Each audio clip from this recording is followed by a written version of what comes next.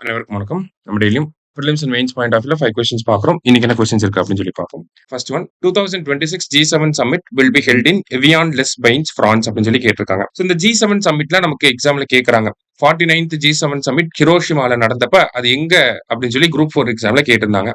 So அந்த மாதிரி நமக்கு G7 சமிட் எங்க நடக்குது அப்படிங்கறத கேட்கலாம். ஸோ ஃபர்ஸ்ட் ஸ்டேட்மெண்ட் பிரான்ஸ்ல நடக்குது, எவியான் லெஸ் பைன்ஸ் அப்படிங்கிற சிட்டில நடக்குது. ஸோ கரெக்ட் தான். செகண்ட், மெம்பர்ஸ் ஆஃப் G7 கொடுத்து Japan, USA, India, Canada, UK, Germany, France சொல்லி கொடுத்திருக்காங்க.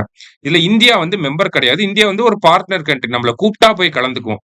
இந்தியாவுக்கு பதிலா இங்க என்ன வரும்னா இட்டாலி அப்படிங்கிறது வரணும். ஓகேவா? சோ செகண்ட் ஸ்டேட்மெண்ட் வந்து தப்பு. ஈஸியா ஞாபகம் வச்சுக்கலாம். ஜூஸ் வித் GFன்னு ஞாபகம் வச்சுக்கணும்.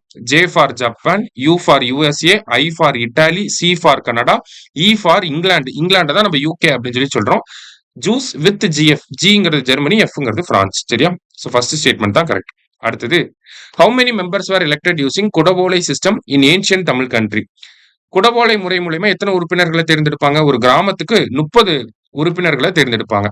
அதுல அந்த பானையில சீட்டெல்லாம் எழுதி போட்டுருவாங்க. ஒரு சின்ன பையன் வந்து சீட் எடுப்பான்.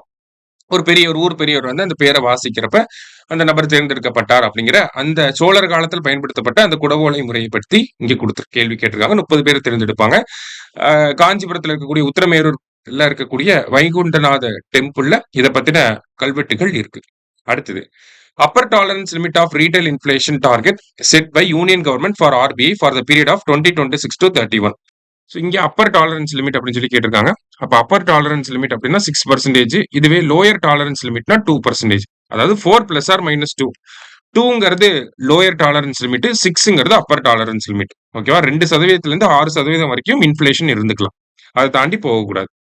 அடுத்தது, the union government has recently notified inflation target for RBI at 4% with the tolerance band of +or -2. அதோட டியூரேஷன் எப்போல இருந்து எப்போ வரைக்கும் நடைமுறையில இருக்கும் அப்படின்னா 2026 இருந்து 2031 வரைக்கும் நடைமுறையில இருக்கும். ஓகேங்களா? அதான் 5 years ending on March 31, 2031. ஓகேவா? 4% +or -2%. அது மார்ச் 31, 2031 வரைக்கும் நடைமுறையில இருக்கும். லாஸ்டா, on which date UDAN scheme launch and what was the first route அப்படின்னு சொல்லி கேட்டிருக்காங்க. உதான் ஸ்கீம் இப்போ கேபினெட் வந்து கொஞ்சம் எக்ஸ்டெண்ட் பண்ணிருக்காங்க, கொஞ்சம் ரீவாம் பண்ணிருக்காங்க. அதுல உதான் ஸ்கீமை எப்போ லான்ச் பண்ணாங்க, அதோட ஃபர்ஸ்ட் ரூட் என்ன அப்படின்னு சொல்லி கேட்டிருக்காங்க. உதான் ஸ்கீம் 21 அக்டோபர் 2016 லான்ச் பண்ணிருப்பாங்க. முதல் ரூட் வந்து பாத்தீங்கன்னா சிம்லால இருந்து டெல்லி வரைக்கும் போயிருக்கும். சரியா? இன்னைக்கு 5 கொஸ்டின்ஸ் வந்து பாத்திருக்கோம். தேங்க்யூ.